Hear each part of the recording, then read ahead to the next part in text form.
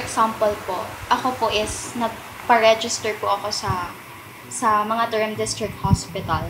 Pero na-admit po ako sa Lingayen District Hospital. Pwede ko po bang ma-avail yung free services and i-use po yung gikonsulta card ko kahit sa ibang hospital po ako nakapag-register? Pwede mo siyang i-present sa 14 hospitals po natin, na 14 hospitals po ng probinsya ng Pangasinan. Gaano pa po ka-powerful yung ating gikonsulta card?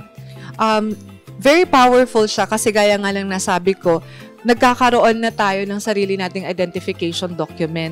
Yung iba nga po, nung mga nakaraang buwan, nagagamit na po nila yan, pinapresent na po nila sa kung saan-saan, like, napepresent na po nila, tinatanggap na din po siya dito sa probinsya ng Pangasinan as valid ID. Pwede din po natin siyang gamitin para din po ma-track yung mga financial assistance na hinihingi at binibigay po dito sa mula po sa probinsya po natin.